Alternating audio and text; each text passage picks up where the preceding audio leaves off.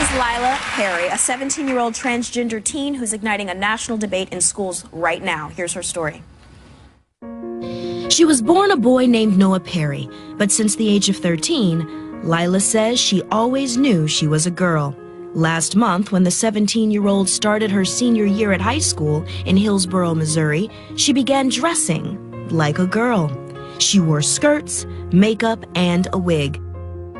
The school offered to let her change in the faculty's single-occupancy bathroom for gym class, but she insisted on using the girls' locker room. Lila hasn't undergone sexual reassignment surgery, and yet the thought of a boy using the girls' locker room made many students uncomfortable. When parents found out, it was brought up at the next school board meeting. One parent read a statement calling Lila a confused teenager who has no place undressing around girls. But when the school refused to take action, nearly 200 students did, staging a walkout in protest of Lila. I know if I had a daughter there, I would be very upset to have a grown man in the locker room.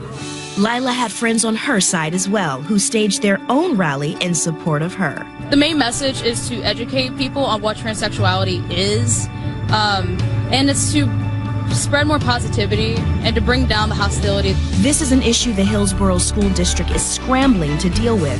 There's no anti-discrimination policy in place for transgender students like Lila, leaving her wondering where she fits in.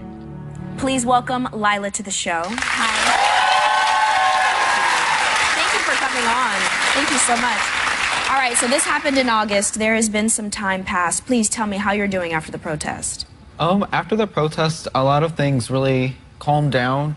I think a lot of people now are starting, a lot of the people who did protest are starting to see that they're not really going to accomplish anything.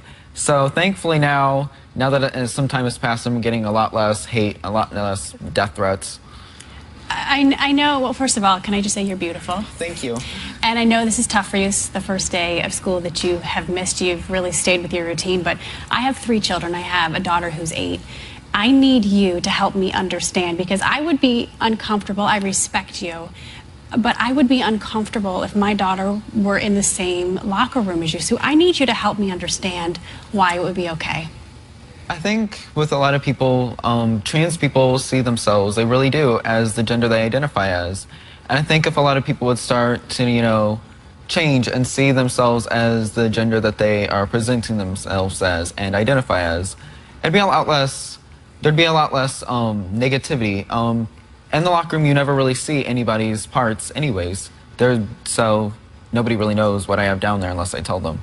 Unless you tell them. I know that the district did try to accommodate you, and they provided a separate locker room, a separate changing room just for you, but you still wanted to be in the girls' locker room because that's how you identify. Why?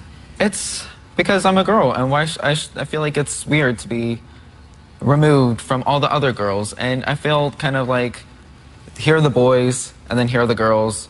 Oh yeah, here's Lila. And I really didn't like that. I felt kind of separated and ostracized. I feel like, I came out earlier, not earlier, but last year, and I love what you're doing. You're definitely being a strong voice for the kids out there that are having this transition within them. And do you agree that it's, like you said, it's not about the parts per se that you have on the outside, it's about what you feel on the inside, but it's hard for a lot of Americans, people of the world, to understand that. What kind of advice would you give for a kid who needs to explain this to their parents or someone else that wants to, change in the girls' bathroom or even the boys' bathroom in that sense? I think you need to make sure that the time is right. I know whenever I came out, it was very rocky. I wasn't very well informed on what it was like to come out as trans as a teenager.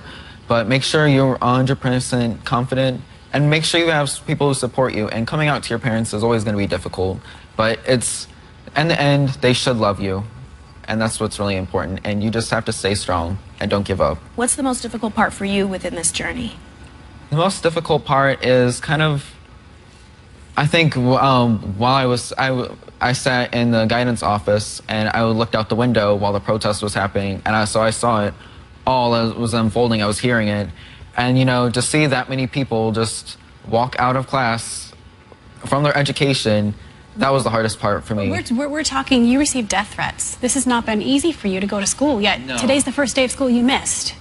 I feel like with my strength going into school every day, it's mainly just, this is my education. I'm at high school only for one reason, and I'm not going to let them push me out or take it away from me. Where's your support system? The GSA network, and from Missouri, that's stationed in St. Louis.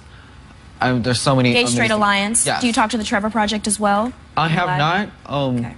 but they're all really amazing people. I'm connected with a lot of transgender people in the area who are just like me.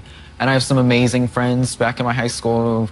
They've been with me since I came out all the way up to here, and it's been a roller coaster. You're kind of paving the way. What do you want people to know? And when you look in the mirror, what do you see? I see a girl, and I see someone who is happy now. Before, I didn't see that. I saw someone who was miserable and hated life, and now I see someone who is happy and looking forward to what's next. I'm glad, and I'm happy for you that you're taking this journey and you're being strong, and you are a beautiful person. However you take that. We'll be right back with Morris Chestnut.